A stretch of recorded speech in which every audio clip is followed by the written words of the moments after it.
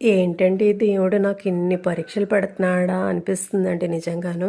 ఎందుకంటే 2 months back జరిగిన ఇన్సిడెంటే నేను ఇంకా మర్చిపోలేకపోతున్నాను. దాన్ని డైజెస్ట్ చేసుకోలేకపోతున్నాను. గారి బ్లాస్ట్ అయ్యి మొహం మీద ఆయిల్ తుల్లిపోవడం.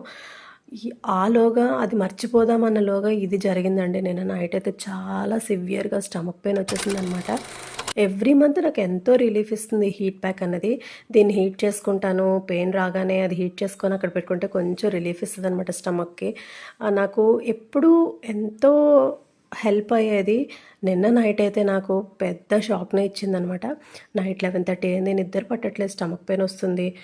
అప్పుడు ఏం చేశానంటే హీట్ ప్యాక్ అనేది హీట్ చేసుకుందాం కదా అని ప్లగ్ పెట్టేశాను. పెట్టేసి కూర్చొని అది కొంచెం హీట్ ఎక్కిన తర్వాత పెట్టుకుందాంలే అనేసి కూర్చొని అలా వెయిట్ చేస్తున్నానండి. ఒకేసారి పెద్ద సౌండ్ అయిందండి. తీరా చూస్తే ఇది బ్లాస్ట్ అయిందండి. చూసారా ఎలా మెల్ట్ అయిపోయిందో. అప్పటికి హస్బెండ్ పడుకుని పోయారు. నాకు నిద్ర పట్టట్లేదు స్టమక్ పెయిన్ వల్ల. నేనైతే మేల్కొనే ఉన్నానన్నమాట. ఇది బ్లాస్ట్ అవ్వగానే ఒకేసారిగా పవర్ అంతా ఆగిపోయి అసలేం కనిపించలేదండి. తర్వాత హస్బెండ్ చూసి ఆ పవర్ అంతా ఇన్వర్టర్ అంతా కనెక్షన్ అంతా చూసారనమాట. తర్వాత పవర్ సప్లై రాగానే మొత్తం పవర్ సప్లై ఆగిపోయిన తర్వాత హస్బెండ్ చూసారనమాట. ఆ తర్వాత మొత్తం అంతా సెట్ చేసి చూడగానే ఇది బ్లాస్ట్ అయిపోయి మెల్ట్ అయిపోయిందండి. ఇంకా ఏ దేవుడు కాపాడాడో నిజంగానండి. ఇది లోపల ఉన్న లిక్విడ్ మొత్తం బ్లాస్ట్ అయితే మొహం మీదకి వెళ్తే వేడిగా ఉంటుంది కదండి. ఎంత డేంజర్ కదా.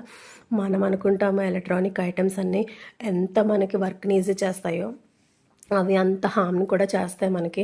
వీటితో చాలా జాగ్రత్తగా ఉండాలి. ఎవ్రీ మంత్ నాకు ఎంతో రిలీఫ్ ఇచ్చేది మాత్రం నాకు ఒకేసారి షాక్‌నిచ్చిందనమాట. మార్నింగే లేచి నాకైతే షివరింగ్ వచ్చిందండి. నైట్ అంతా టెన్షన్ పడిపోయాననమాట. నిద్ర పట్టలేదు. ఎంత భయపడిపోయానో. చాలా జాగ్రత్తగా ఉండాలండి ఇలాంటి వాటితోటైతే మాత్రం. ఎందుకు దేవుడు నాకు ఇలాంటి పరీక్షలు పెడుతున్నారా అని ఒక్కొక్కసారి అనిపిస్తుంది. ఏం జరిగిందో మరి నేనేం తప్పు చేశానో అయితే నాకు అర్థం కావట్లేదు. ఇలాంటి సిచ్యువేషన్స్ ఎవరికీ రాకూడదండి.